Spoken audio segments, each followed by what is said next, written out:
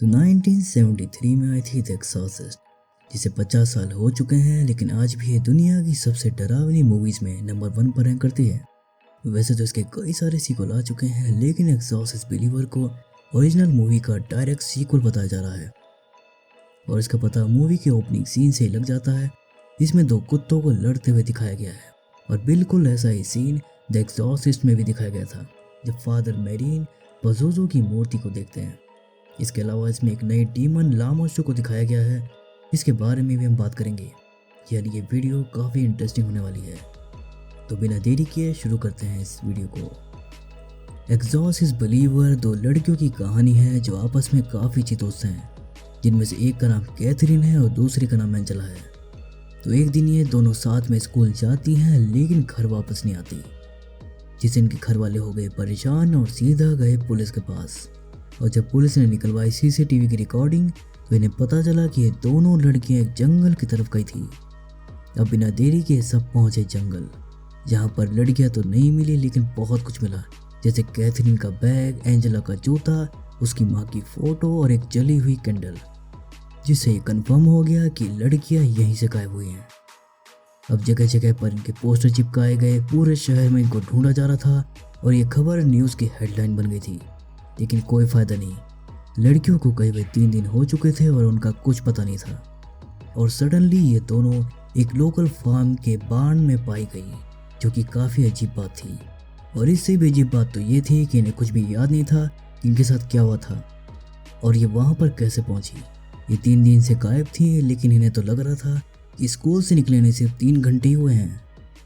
इनके पैर बुरी तरह से जख्मी थे, जैसे कि ये 3 दिन से पैदल चल रही हो, और इनके बॉडी पर भी जगह जगह पर खरोचों के निशान थे, जिससे इनके पेरेंट्स को आशंका थी कि कहीं इनकी बेटियों के साथ कुछ गलत तो नहीं हुआ है। जब इनका टेस्ट किया गया तो रिपोर्ट में इनके साथ किसी भी तरह की सेक्सुअल असॉल्ट की बात सामने नहीं आई।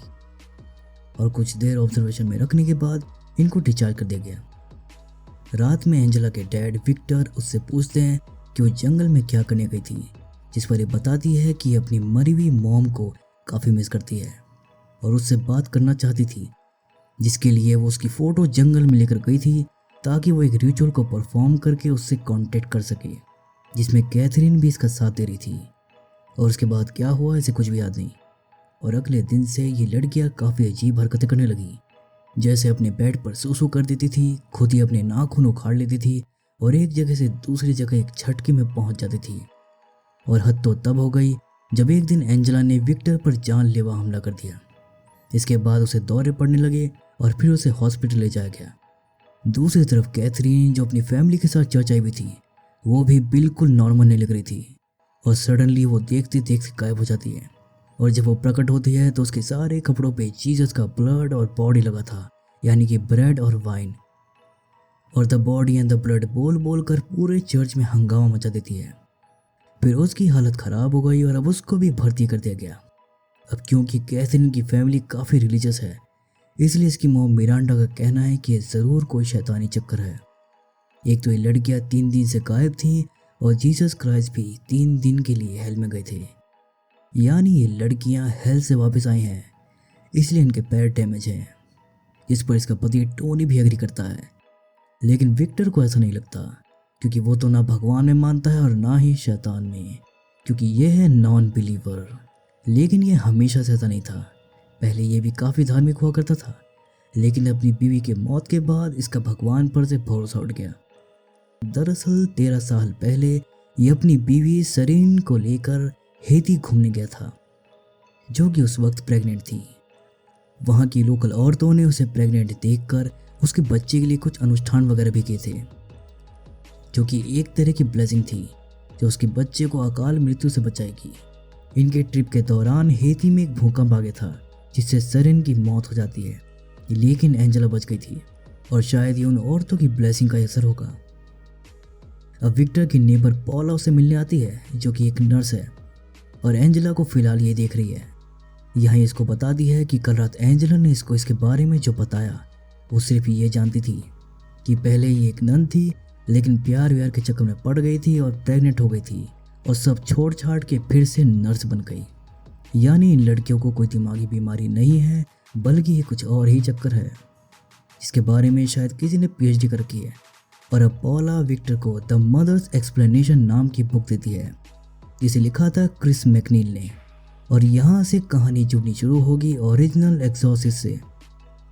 दरअसल एक्सॉर्सिस्ट वाले कांड के बाद क्रिस ने अपने एक्सपीरियंस के बारे में काफ़ी कुछ लिखा है, देखा है, पढ़ा है और जाना है, और कई सारे इंटरव्यूज़ वगैरह भी दिए हैं। और ये सब देखने के बाद अब विक्टर के होश उड़ गए, क्योंकि 50 साल पहले जो क्रिस की बेटी के साथ हुआ था, इन दोनों लड़कियों के साथ भी वैसा ही कुछ हो रहा था। और अब इसको भी इन चीज़ों पर बिलीव होने लगा था। और अब वो सीधा मिलने जाता है क्रिस से, जहाँ पर रेगन मिसिंग थी। दरअसल रेगन के साथ जो भी हुआ था उसके बारे में खुलकर बात नहीं करना चाहती थी, और ना ही दुनिया के सामने खुद को एक्सपोज करना चाहती थी। लेकिन इसकी माँ ने कई सारी बुक्स लिख दी और इंटरव्यूज़ वगैरह दे दिए, जिससे रेगन को लगा कि उसका एक तरह से तमाशा बना दिया गया है, जिस पर वो अपनी माँ से चिढ़ गए और उसे छोड़कर कहीं चली गई। यह क्रिस बताती है कि इसने एक्सॉर्सिज्म के बारे में काफ़ी रिसर्च कर रखी है, जिसमें इसने पाया है कि हर धर्म और संस्कृति में किसी न किसी रूप में ये चीज़ एग्जिस्ट करती है। लेकिन यहाँ पर वो साफ कर देती है कि उसने कभी एक्सॉर्सिज्म परफॉर्म नहीं किया है, यानी इसने बस थ्योरी पढ़ी है, प्रैक्टिकल नहीं किया है। लेकिन ये मदद करना चाहती है और सीधा पहुँचती है हॉस्पिटल, जहाँ पर डीमन एंजेला उसका स्वागत करती है। और जब क्रिस कैथरीन के बारे में पूछती है तो जवाब डीमन एंजेला देती है कि वो तुम्हारा इंतज़ार कर रहा है। इसके बाद क्रिस कैथरीन के घर जाती है और यहाँ का सीन तो और भी बदतर था। क्रिस कैथरीन के रूम में जाते ही उससे कहती है कि हम पहले मिल चुके हैं, यानी ये वही डीमन है जिसने 50 साल पहले रेगन को पॉजेस किया था। यहाँ पर मैं बता दूँ कि डीमन को इन्होंने चेंज कर दिया है। ये डीमन क्रिस को मेंटली ब्रेक करने के लिए कहता है कि रेगन मर चुकी है और वो नर्क की आग में जल रही है। लेकिन क्रिस जानती है कि नेवर ट्रस्ट डीमन, और इसको इग्नोर कर देती है और एक्सॉर्सिज्म शुरू कर देती है। लेकिन इसके सामने 2 मिनट भी नहीं टिक पाती और अपनी आंखें फुड़वा लेती है। इसीलिए कहते हैं कि थ्योरी से ज़्यादा प्रैक्टिकल पे ध्यान देना चाहिए।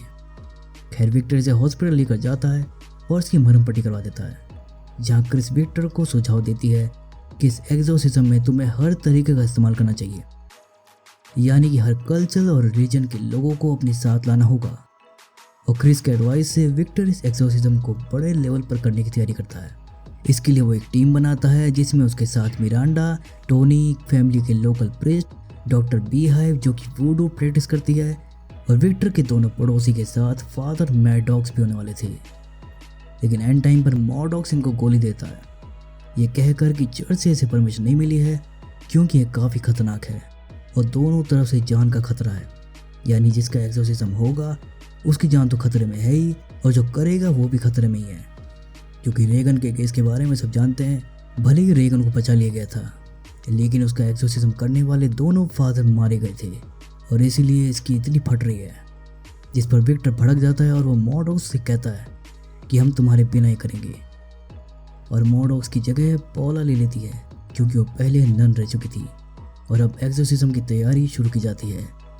फर्श पर एक निशान बनाकर दोनों लड़कियों को कुर्सियों से बांध दिया जाता है और सबको एक लॉकेट भी दिया जाता है। अब पॉला एक्सॉर्सिज्म को शुरू करती है और मंत्र वगैरह पढ़ने लगती है, जिससे डीमन पर कुछ खास फर्क नहीं पड़ता और वो पॉला के मुंह पर उल्टी कर देता है, यानी ये तरीका काम नहीं करेगा, इसलिए वो दूसरा तरीका अपनाते हैं। और अब कमांड डॉक्टर बीहाइव संभालती है। वो यहाँ पर वूडू को परफॉर्म करती है, जिसे वो लड़कियाँ मुंह से काला तारकोल जैसा कुछ उगलती हैं और पीले कलर का धुआं भी रिलीज करती है, यानी ये तरीका काम कर रहा था। जिस पर शैतान यहाँ पर अपनी गंदी चाल चल देता है और विक्टर के सीक्रेट को रिवील कर देता है कि जब उसकी बीवी भूकंप में घायल हो गई थी तो डॉक्टर ने इसे कहा था कि वो दोनों को नहीं बचा पाएंगे और उसे किसी एक को चुनना होगा, और विक्टर ने अपनी बीवी को चुना था। जिस पर डीमन इसे मॉक करता है कि ये अपनी बेटी को कभी चाहता नहीं था और उसे प्यार भी नहीं करता है, जिसे सुनकर विक्टर कमज़ोर पड़ने लगता है। अब ये डीमन सबसे कहता है कि एक लड़की जिएगी और दूसरी मरेगी, और फैसला इन पर छोड़ देता है, जिससे सबके लिए एक बड़ी मुश्किल खड़ी हो गई थी। अगर ये एक लड़की को चुनते तो दूसरी मार जाती, और नहीं चुनते तो डीमन दोनों को मार देता। और अब सब डीमन के सामने बिल्कुल बेबस दिखाई दे रहे थे। लेकिन तभी एंट्री होती है फादर मॉडॉक्स की, जिन्हें देखते ही सब फिर से जोश से भर जाते हैं और सबको ये लगता है कि डीमन की अब तो शामत आ गई है। फादर मॉडॉक्स के सामने अब डीमन कमज़ोर पड़ता दिखाई दे रहा था, लेकिन ये डीमन बहुत शक्तिशाली था और जिसका डर मॉड उसको था वही हुआ। डीमन ने इसकी मुंडी 180 डिग्री पर घुमा दी और ये वहीं मर गया। ये देखकर सबकी हिम्मत टूट गई, लेकिन विक्टर में अभी भी हिम्मत बाकी थी। वो सेरिन का दुपट्टा दिखाकर एंजेला को शैतान से लड़ने के लिए मोटिवेट करता है, जिससे वो नॉर्मल भी होने लगती है। दूसरी तरफ कैथरीन कहने लगती है कि मेरा क्या होगा, मैं मरना नहीं चाहती। ये सुनकर टोनी पैनिक हो जाता है और तुरंत कहता है कि मैं कैथरीन को चुनता हूँ, जिससे कैथरीन नर्क से वापस हो जाती है और एंजेला मर जाती है। और अब आता है इस मूवी का सबसे तगड़ा ट्विस्ट। एंजेला फिर से जिंदा हो जाती है और दूसरी तरफ अब कैथरीन की बॉडी रिस्पॉन्ड करना बंद कर देती है और वो फिर से अंडरवर्ल्ड में दिखाई देती है, जहाँ ला मासू से कहता है कि मैं तुम्हें चुनता हूँ और उसे ले जाता है। यानी ये क्या था, मतलब सब कुछ एकदम से उल्टा कैसे पड़ गया। दरअसल एंजेला को जो प्रोटेक्शन उसके माँ की पेट में मिला था वो अब तक उसको प्रोटेक्ट करा था, इसलिए डीमन उसको नहीं ले जा पाया और वो वापस आ गई। लेकिन ला मासू बहुत चालाक था, उसने दोनों में से किसी एक को चूज करने को तो कहा था, लेकिन ये नहीं बताया था कि जिसको चूज किया जाएगा वो जिएगा या मरेगा। यानी इसके लिए दोनों ऑप्शन खुले थे, इसलिए वो कैथरीन को ले गया। यानी वो किसी को भी चूज करते, मरना कैथरीन को था, क्योंकि एंजेला को तो प्रोटेक्शन मिला हुआ था। अब सवाल ये है कि जब वो प्रोटेक्टेड थी तब पॉजेस कैसे हो गई। यानी ये प्रोटेक्शन सिर्फ उसे अकाल मृत्यु से बचा सकता था, पॉजेस होने से नहीं। और अब बात करते हैं इस मूवी के डीमन ला मासू के बारे में। ला मासू मेसोपोटामियन माइथोलॉजी का हिस्सा है और ये एक ऐसी डीमन है जो प्रेग्नेंट औरतों और बच्चों को अपना शिकार बनाती है, जैसे कि इस मूवी में हमने देखा है।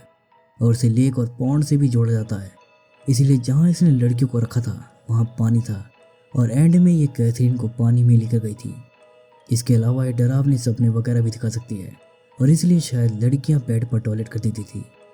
इसके अलावा एंजेला की प्रोटेक्टिंग स्पिरिट के बारे में भी मेरे पास एक थ्योरी है कि एंजेला को कोई और नहीं बल्कि पज़ुज़ो ही प्रोटेक्ट कर रहा था, क्योंकि मेसोपोटामियन माइथोलॉजी के अकॉर्डिंग सिर्फ पज़ुज़ो ही ला मासू से प्रोटेक्ट कर सकता है। इसके लिए इसको वर्शिप भी किया जाता है, क्योंकि पज़ुज़ो ला मासू का सबसे तगड़ा राइवल है और हमेशा उसके अगेंस्ट खड़ा रहता है। वैसे तो ओरिजिनल मूवी में पज़ुज़ो को ही डीमन दिखाया गया है, लेकिन शायद अब इस फ्रेंचाइजी में कुछ फेरबदल किया जा रहा है और अभी इसके 2 पार्ट और आने हैं और इसके दूसरा पार्ट का नाम भी आउट हो चुका है, द एक्सॉर्सिस्ट डिसीवर। तो दोस्तों ये थी एक्सॉर्सिस्ट बिलीवर को लेकर मेरी एक्सप्लेनेशन। वीडियो अगर पसंद आई तो लाइक और शेयर कर देना और चैनल को भी सब्सक्राइब कर देना, क्योंकि ऐसी वीडियो मैं लाता रहता हूँ। तो फिर मिलूंगा किसी और एक्सप्लेनेशन के साथ, तब तक के लिए take care and keep watching.